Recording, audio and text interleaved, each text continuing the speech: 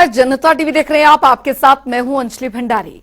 तो 22 जनवरी 2024 को अयोध्या के राम मंदिर में रामलला की प्राण प्रतिष्ठा होनी है। मंदिर का निर्माण कार्य कर रहे लोगों में, स्थानीय लोगों में और साथ ही जो देश भर में जो उत्साह है वो एक अलग ही छटा बिखेरता हुआ दिखाई दे रहा है। देखिए हमारे समाचार संपादक वरुण गोयल की ये रिपोर्ट। 22 जनवरी को लेकर अयोध्या की भव्य तैयारी है, लेकिन जो मंदिर का दर्शन है, जो मंदिर की स्थिति है, जो मंदिर का आनंद है और उसको लेकर जो यहाँ काम करने वालों से लेकर के स्थानीय लोगों में और देश भर में जो उत्साह है और वो एक अलग छटा बिखेरता हुआ दिखाई दे रहा है। यहाँ से लेकर के वहां तक आप ये देखें, 350 फीट की इसकी परिधि है, 250 फीट से अधिक इसकी चौड़ाई है, 160 फीट तक इसकी ऊंचाई जानी है। यानी कि वो निर्माण कार्य की गति निर्बाध रूप से चलती हुई दिख रही है और उस कड़ी में मंदिर कार्य लगातार आगे बढ़ रहा है। रामलला विराजने जा रहे हैं, प्राण प्रतिष्ठित होने जा रहे हैं। पहले रामलला उस ढांचे में थे, उसके बाद वो एक अस्थाई मंदिर में गए और अस्थाई मंदिर से रामलला इस भव्य मंदिर में, इस दिव्य मंदिर में जब विराजने जा रहे हैं। प्रतीक्षाएं फलीभूत कैसे होती हैं उसका परिणाम या उसका परिमाण ये मंदिर है। प्रतीक्षाएं लंबे समय तक, वो सिर्फ कुछ घंटों की, कुछ दिनों की, कुछ महीनों की, कुछ वर्षों की नहीं, कुछ दशकों की नहीं, सदियों की है। और सदियों की प्रतीक्षा के बाद जब अयोध्यावासी या राम को चाहने वाले जो दृश्य देखना चाहते हैं वो दृश्य बहुत नजदीक है। और ये तो कहा भी जाता है कि किसी भी सनातनी या राम को मानने वाले के जीवन का सबसे सफलतम क्षण ये हो सकता है। तो आप देखिए जिस तरीके से मंदिर निर्माण हो रहा है, उसकी जो वास्तुकला है वो सामने आ रही है। और सिर्फ ऐसा नहीं है, ये नागर शैली का मंदिर है। उत्तर भारत में नागर शैली के मंदिर होते हैं, दक्षिण में द्रविड़ शैली के मंदिर होते हैं, मध्य पूर्व में पैगोडा शैली के मंदिर होते हैं। और कुल मिलाकर देखा जाए तो भारत में 16 शैली से मंदिर बनाए जाते हैं। अब उत्तर भारत में आप सोमनाथ का मंदिर देखिए, वो नागर शैली का मंदिर है। अंबाजी का मंदिर देखिए, वो नागर शैली का मंदिर है। उसी परंपरा के तहत जो ये राम मंदिर शैली का मंदिर है जो यहाँ पर बनता हुआ दिखाई दे रहा है। मैं इसमें एक और महत्वपूर्ण बात आपको बताता हूँ कि रामलला ही क्यों, इसलिए तो ये कि जन्मभूमि है, भगवान राम का जन्म हुआ। और जो गोस्वामी तुलसीदास जी ने लिखा, नौमी तिथि मधुमास पुनीता, शुक्ल पक्ष अभिजित हरिप्रीता, मध्य दिवस अति शीतना घामा, पावन सकल लोक विश्रामा, भय प्रकट कृपाला, दीन दयाला, कौशल्या हितकारी, हर्षित महतारी, पुण्य मनहारी, हर्षित रूप विचारी, अद्भुत रूप विचारी। तो वो रामलला का जन्म हुआ, वो इसलिए यहाँ रामलला है। वो यहाँ पर खेले हुए राम हैं, ऐसे राम जिनके आंगन में काकभूषणी जी आकर खेलते हैं, ऐसे राम जिनको खेलते हुए देखकर भगवान शंकर के मुख से निकलता है मानस मंत्र, मंगल भवन अमंगल हारी, द्रबहु सुदशरथ अजर बिहारी। तो वो बालक राम की स्तुति यहाँ पर है। और इस राम मंदिर को सिर्फ राम मंदिर नहीं, भारत मंदिर कहा जा रहा है, क्योंकि चाहे वो दक्षिण के मंदिर हो, उन मंदिरों से भी जो है एक तरह से रिसर्च कह लीजिए या वहां से भी अध्ययन करके वहां की चीजों को भी लिया गया, उत्तर के मंदिरों को भी और दूसरे मंदिरों को भी। बहुत सारे मंदिरों की जो स्थिति है या जो उसकी वास्तुकला है, उसकी शिक्षा है, उसकी पूजा पद्धतियां हैं, सबको अंगीकार करके एक भव्य और दिव्य राम मंदिर बनने जा रहा है। ये राम मंदिर जो 70 एकड़ का पूरा लैंड है, जमीन है इसमें, और यहाँ जो कॉरिडोर बनना है उसमें, यानी 1 साल अभी पूरे राम मंदिर में और 1.5 साल में पूरा ये कॉरिडोर जो है वो बनकर तैयार हो जाएगा। मैं जब ये बात कहता हूं कि दुनिया भर से श्रद्धालु इस नज़ारे को देख रहे हैं, हमारे दर्शक हमें टीवी स्क्रीन के जरिए देख रहे हैं, हम खुद यहाँ पर हैं और वो शायद अनुभूति हम शब्दों में बयां नहीं कर पाए, जितना मर्जी लोगों को बताएं, हाँ। लेकिन हम खुद से बयां नहीं कर सकते। बिल्कुल ठीक कह रहे हैं कि वो बयां करना मुश्किल है, अद्भुत है, अकल्पनीय है। हमने सिर्फ नाम सुना था कि भाई अयोध्या जहाँ भगवान श्री राम का जन्म हुआ, लेकिन आप यदि यहाँ आएंगे और उसे देखेंगे तब महसूस करेंगे कि हाँ, यहाँ भगवान श्री राम हर जगह बसते हैं। सरयू के किनारे बैठ जाइए या फिर अयोध्या में एंट्री लेते आपको एक फील होता है वरुण जी, जो वही जो आप कह रहे हैं कि शब्दों में बयां नहीं कर सकते। इसके लिए आपको दर्शकों यहाँ जरूर आना चाहिए, आना चाहिए। वाल्मीकि रामायण के 5वें बालकांड के 5वें सर्ग में उन्होंने तुलना की अमरावती से कि इंद्र की अमरावती जैसी अयोध्या थी। अयोध्या बिलगाई गई, बिसराई गई, लेकिन वापस मुझे ऐसा लग रहा है कि पुनर्वैभव की प्राप्ति की ओर वो बढ़ रही है। बिल्कुल ठीक कह रहे हैं। ये 2 बार नष्ट हुई और ये तीसरी बार बन रही है। यानी इसे आप ये समझिए कि पहले कौशल राज में साकेत, फिर अयोध्या, फिर इसे फैजाबाद और अब फिर से अयोध्या। यानी कुछ भी हो जाए, लेकिन भगवान राम का जो आशीर्वाद है वो अयोध्या पे बना रहेगा और वो अस्तित्व कोई किसी से जुदा नहीं कर सकता। इसलिए इसको सबसे पावन पतित भूमि कहा जाता है। कहते हैं कि इतने विनाश के बाद भी यदि कोई दो चीजें यहाँ रही तो वरुण जी, मैं जरूर दर्शकों को बताना चाहूंगी कि एक तो सरयू रही और दूसरी यहाँ की माटी रही। और यहाँ की माटी रही, और जो निमंत्रण दिए गए हैं इस बार, उसमें यहाँ की माटी जो है विशेष तौर से भेजी जा रही है, जो विशेष वीवीआईपी को निमंत्रण जा रहे हैं। तो जो ये नगरी की बात हो रही है, तो सप्तपुरियां जो बताई गई हैं, अयोध्या, मथुरा, माया, काशी, अवंतिका और द्वारिका, यानी अयोध्या सर्वप्रथम है। अयोध्या सिमट रही थी, अयोध्या कस्बे से भी नीचे रह गई थी, वापस जिला, वापस नगरी, और देश और दुनिया भर में जिस तरीके से अयोध्या वापस स्थापित हो रही है, पुनर्स्थापित हो रही है, वैभव के साथ साथ वो सब कुछ जो उसकी आध्यात्मिकता है वो भी वापस लौट रही है। बिल्कुल ठीक कह रहे हैं, और वो लौटेगी। और ये भगवान राम का, श्री राम का जो मंदिर है वो इस तरह से शिलाओं से तो बन रहा है, लेकिन भगवान राम का आशीर्वाद और उनका वो सभी प्राप्त होगा।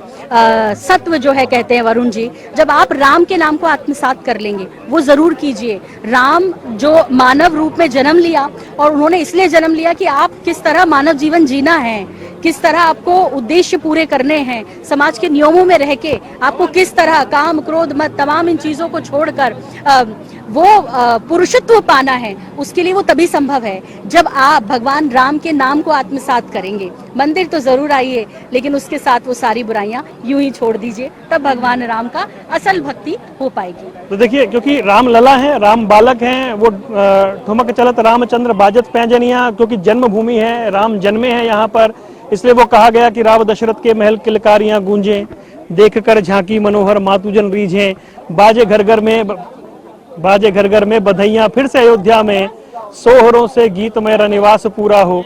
तो वो राम जो हैं वो लौट रहे हैं, राम की वो भव्यता है, राम की वो दिव्यता है, राम उस आनंद के साथ वापस हैं, और हम आपको जो दिखा रहे हैं उसी आनंद के साथ आप इस लीला का, इस गुण का, इस रूप का, इस वैभव का आनंद ले रहे हैं। तो अयोध्या में भगवान श्री राम का भव्य मंदिर बनकर लगभग तैयार हो चुका है। हमारे समाचार संपादक वरुण गोयल जी ने जगदीश आवले से खास बातचीत की। आपको बता दें कि दरअसल जिस दौरान उन्होंने राम मंदिर की पूरी संरचना के बारे में बताया, सुनिए। जगदीश आवले जी हमारे साथ मौजूद हैं, जो हमें इस मंदिर की संरचना के बारे में एक बार बताएंगे।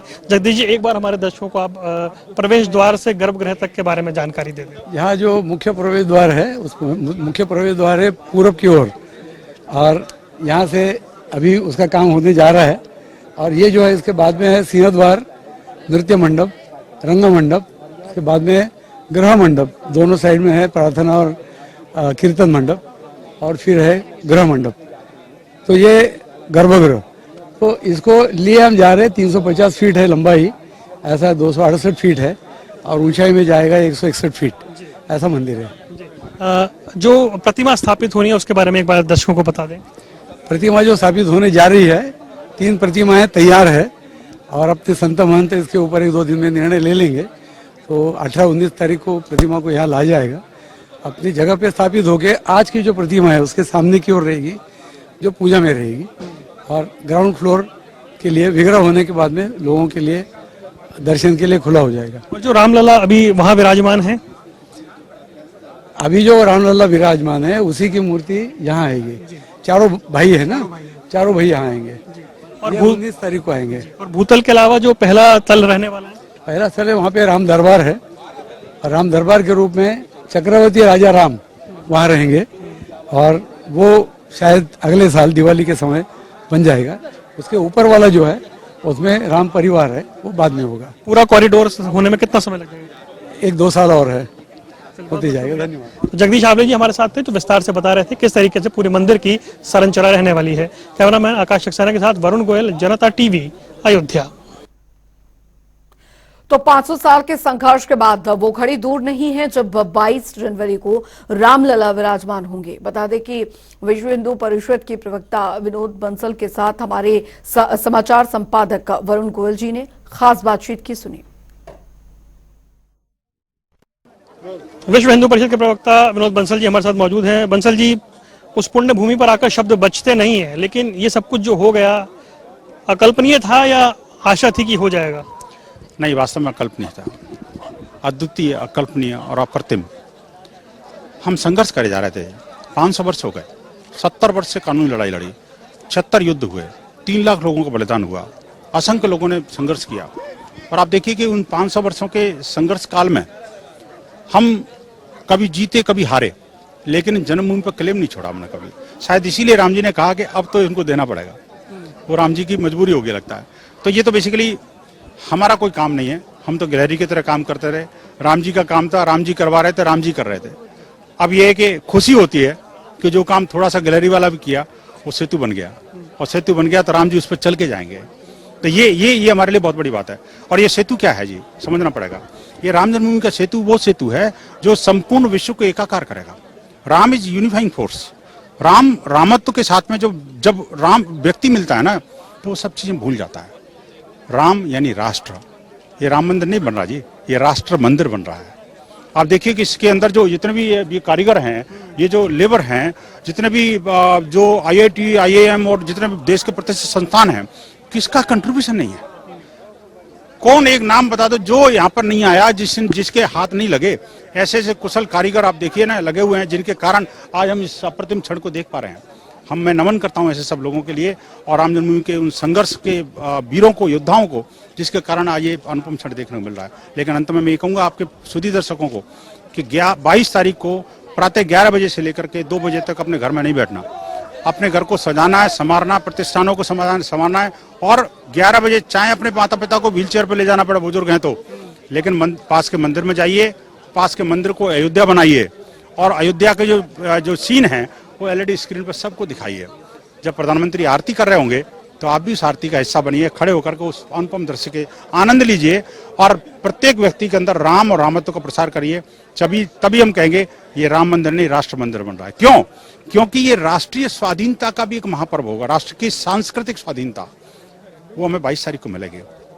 और हर किसी को ये समझना होगा कि बड़ भागी हैं जो ये दिन देखने जा रहे हैं। निश्चित रूप से लोग वास्तव में, माननीय अशोक सिंघल की बात करो, पूज्य आचार्य गिरिराज किशोर की बात करो, महंत परमहंस रामचंद्र दास जी की बात करो, ऐसे महंत अवैधनाथ जी महाराज का, असंख्य कार सेवक राम की बात करो, या उसकी जो कार सेवक शहीद हो गए, बलिदान हो गए, उनकी बात करो।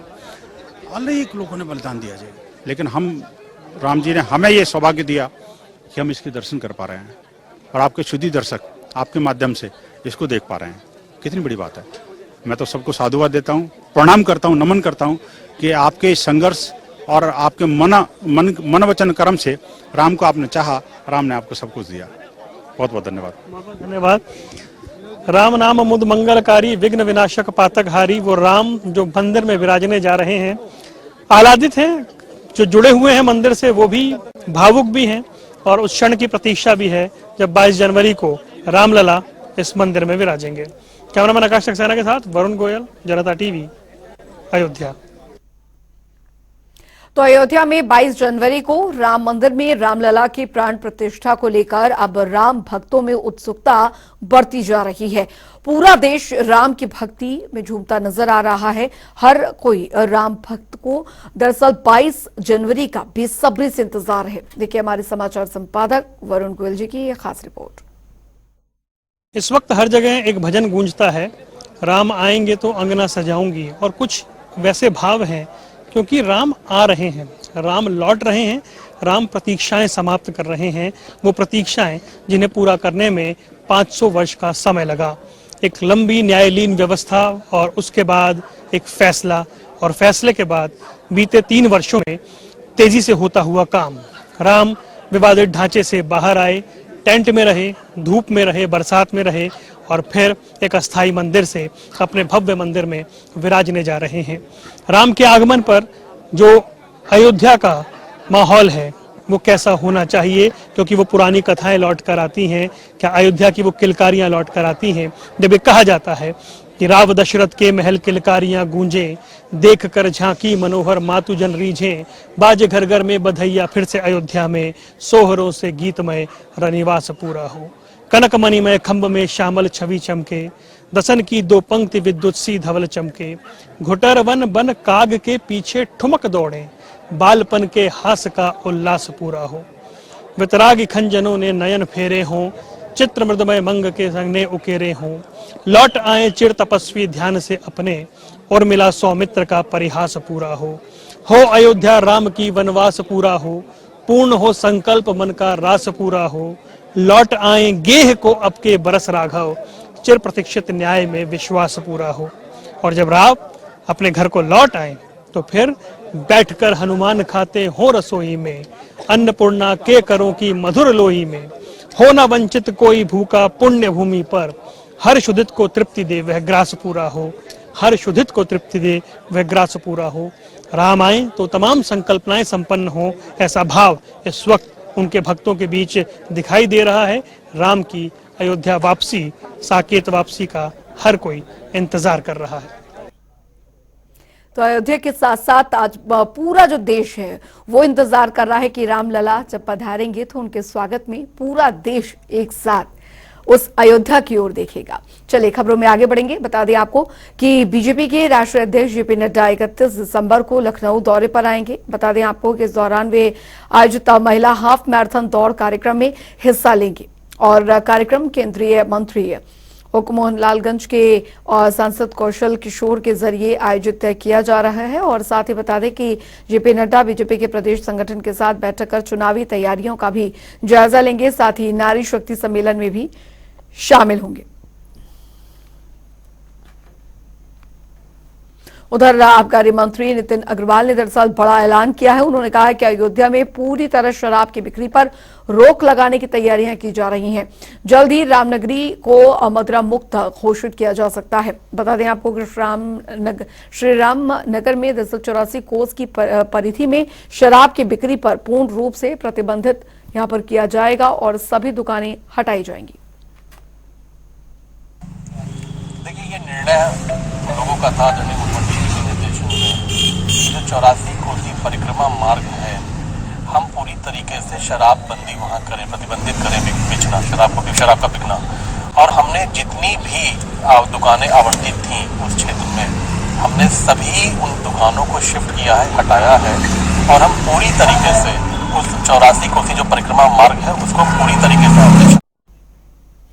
और चलिए अब रुक करेंगे 4 मिनट में 18 मंडलों की खबरों की ओर फटाफट अंदाज में। एटा में एडीएम के सभी स्कूल बंद करने का दिया निर्देश। कक्षा 1 से 8वीं तक का रहेंगे स्कूल बंद। 28 दिसंबर से किया अवकाश घोषित। पीलीभीत में सिंचाई विभाग की लापरवाही, नहर कटने से 100 एकड़ गेहूं की फसल पानी में डूबी। अफसरों ने नहर कराई बंद। पीलीभीत में महिला कर नहीं बनने दे रहे हैं प्रधानमंत्री आवास। एससी और एसटी केस में फंसाने की दी धमकी और साथ ही पीड़िता ने थानाध्यक्ष को प्रार्थना पत्र देकर लगाई न्याय की गुहार।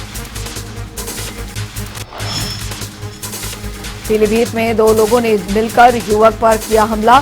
सर पर आई गहरी चोट। मारपीट का वीडियो वायरल।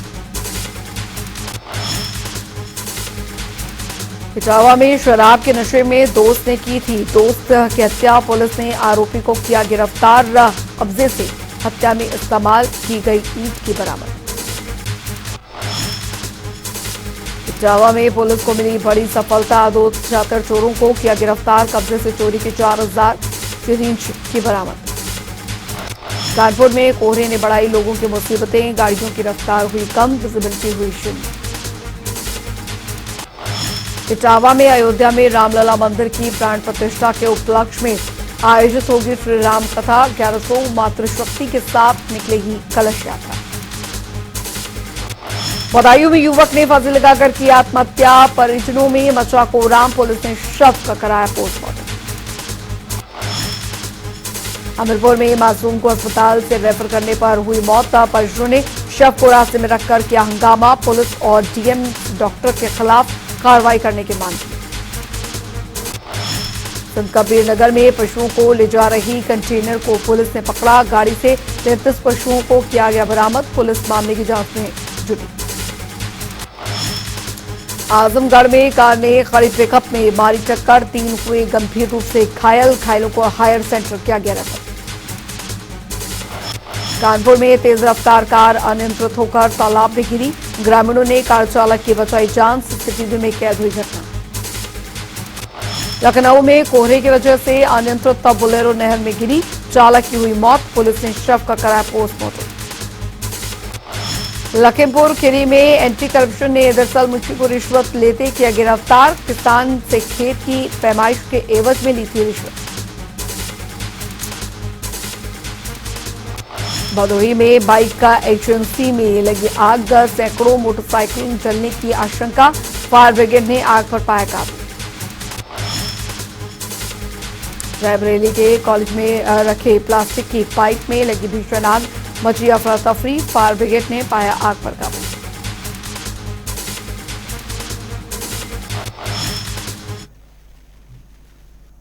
चलिए इसी के साथ उत्तर प्रदेश की खबरों में अभी के लिए फिलहाल इतना ही। वक्त एक छोटे से ब्रेक का।